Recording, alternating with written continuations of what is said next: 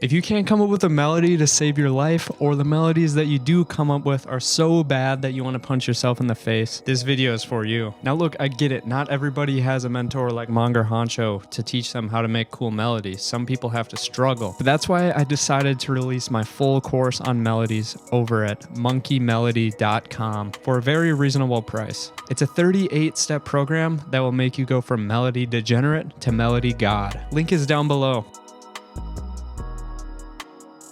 For real though, I see a ton of horrible information regarding how you can actually get better at making melodies. If you want to jump right to the process of how you can train your ear, it's really simple. I'll put a timestamp down below and you can go right there. And let me tell you, the reason your melodies are trash are not because you don't have expensive plugins, not because you don't know music theory, and it probably isn't because of a lack of effort. What is most likely the case is that you have an underdeveloped musical ear. If you look at people who have had very successful songwriting or production careers, Paul McCartney, Frank Ocean, Billie Eilish, Nick Mira, all of these people have incredible ears. To be able to write consistently good melodies, you have to have a really developed musical ear. Otherwise, you're kind of limited to praying that a strong melody will fall into your hands. And this can happen to anyone. I think this is what happens when someone is a one-hit wonder. They just get lucky and have a great melody come into their head, but they don't have the ability to write consistently good melodies. This video isn't going to be your average how to make better melody videos. I'm not going to mention randomizing your velocities in the piano roll and using half steps, all that stuff. This video is going to show you how you can train your ear. I'm going to start this video off with an introduction backed with evidence of why the techniques I talk about are effective. This is going to be a bit of a boomer rant. I'm not a boomer. I'm only 22, but just bear with me. Nowadays, you have services like Splice. You have Atari's Auto Key. You have the FL Studio piano roll. All of these tools make it viable to get away without developing your ear. And I'm not against sampling by any means. Depending on the genre, sampling can be more important than being able to cook up from scratch. But that's not what this video is about. This video is for the people that want to be able to write melodies from scratch. I made this graph that shows the benefits of training your ear versus not training your ear, and this is what happens. When you're first starting out, tools like Atari's Auto Key, Splice, and mindlessly clicking the FL piano roll, that's going to get you much better results initially. But the problem is relying on these tools, you can't really grow that much doing it. A producer that's been producing for years that still can't find the key of a song without using Auto Key is just as limited as someone who's been using it for 2 weeks. On the flip side, someone who trains their ear initially, you're not seeing any benefits from it. It's very slow and frustrating. But once you put the repetitions in and learn enough, you start to get exponential gains. You can instantly find the key of any song without using any tool except for your brain. You can hear chord progressions just from your ear and know what they are, and you can improvise really fire melodies. The best way to get better at writing good melodies is to learn other people's good melodies. Let's look at a different discipline, writing. I've seen many quotes from authors that discuss the importance of reading to gain writing skills. This is masterclass.com. 5 ways reading improves your writing. Number 1, reading helps you develop critical thinking skills. Reading exposes you to a variety of writing styles. Reading allows you to study grammar and context. Reading helps you expand your vocabulary. Reading inspires new ideas. Okay, the same thing happens when you learn melodies. When you learn how good melodies are written, you internalize things like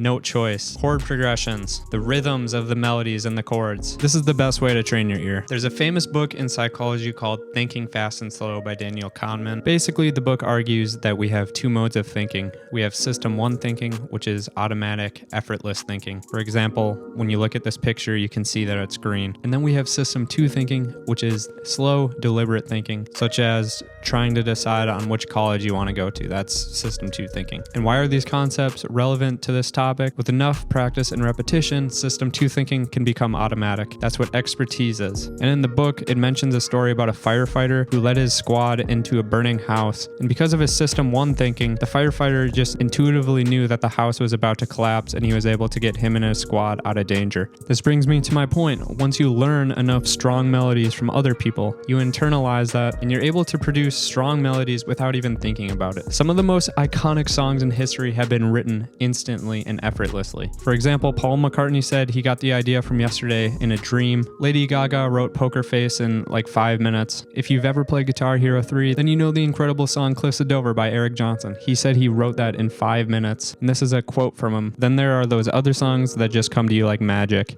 When that happens, it's like you've just been sent a sort of gift from the universe. Next, I want to talk about the advantages you have if you learn a real instrument, and being able to play an instrument like guitar or piano is definitely not required to be successful successful today. But it makes training your ear much more enjoyable, and it opens up a lot of doors for you. Playing an instrument is fun. When you're having fun, you learn faster, and you want to learn more. If you can play an instrument, you're kind of limited to clicking notes in your DAW's piano roll. And while it can be fun figuring out riffs in the piano roll, it's not viable to play them over and over again like you can on a guitar or a piano. And the second main reason I recommend learning a real instrument is because there are not many producers today that can play an instrument. I just had to make this meme that is 100% accurate. If you're able to pick up guitar or piano, you'll instantly get a placement with a top artist. I'm not lying here. And those producers that rely on you for loops, they just bow down and you basically become a god. And here's the part everyone's been waiting for. This is how you actually can train your ears. You learn songs only using your ear. No looking up MIDI. If you're a guitarist, no using tablature. You just figure things out using your ears. What I did when I was trying to get good at writing guitar loops for trap, I learned every Juice WRLD guitar riff. I looked up a playlist, something like trap guitar, and I learned the first 50 songs on that playlist, all the guitar parts. So the main riff, if there were melody layers, I learned all of those. And after doing that for a while, my workflow skyrocketed. I was able to crank out multiple loops a day at high quality. And for those of you that can't play an instrument or you don't have an instrument, just recreate songs in your DAW's piano roll and try to get it as close as possible. Now, there's proof that Nick Mira does exactly what I'm talking about here. If you go and watch his interview after Lucid Dreams comes out, he's talking about how he recreated the melody. He says, I do everything by ear. He's been playing guitar for a long time. And the part from Shape of My Heart by Sting is very complex, so you would need a really developed ear to be able to figure that out. Here's what you should do if you cannot play an instrument and you still want to train your ear. I'm going to open up Spotify. I'm going to pick a song, and I'm going to recreate it in the FL Studio piano roll. Alright, so I decided I'm going to recreate Slide by Calvin Harris, Frank Ocean, and the Migos. I'm not going to play the actual audio from the song because I don't want to get a copyright strike, but go listen to it. Here is my start to finish of me recreating in the FL piano roll.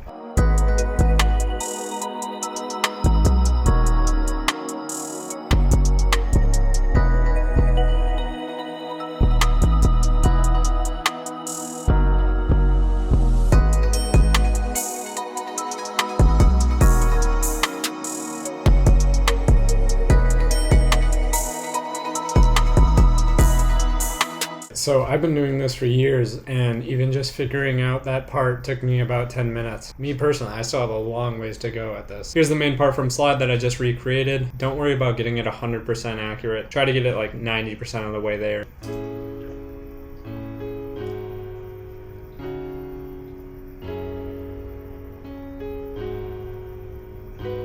Now, when you're first starting out, it's important that you don't try to learn super complex songs. Start with songs with a simple melody and just figure out the top line. You may even want to start learning nursery rhymes like Happy Birthday or Twinkle Twinkle Little Star. I'm not kidding. And then once you get enough repetitions in, work that up to figuring out basic chord progressions. And then once you get good at that, then start learning songs with a lot of upper extensions. Initially, it's going to be so frustrating and you'll feel like you're making no progress. But the producers who do this and stick with it, they will see exponential returns along the way. One last thing that I forgot to mention while recording this. For every song that you learn, try to apply concepts used in that melody in one of your own creation. For example, try using out the chords that were used in a certain melody or the rhythm of the melody. Applying these concepts in your own creations is how you can develop your own style, and it's super crucial for understanding. But that's the end of the video. Drop a comment if you agree or disagree with me. If you want to jump in the Monger Honcho Discord, that link will be below. This is Monger, who's not on the screen,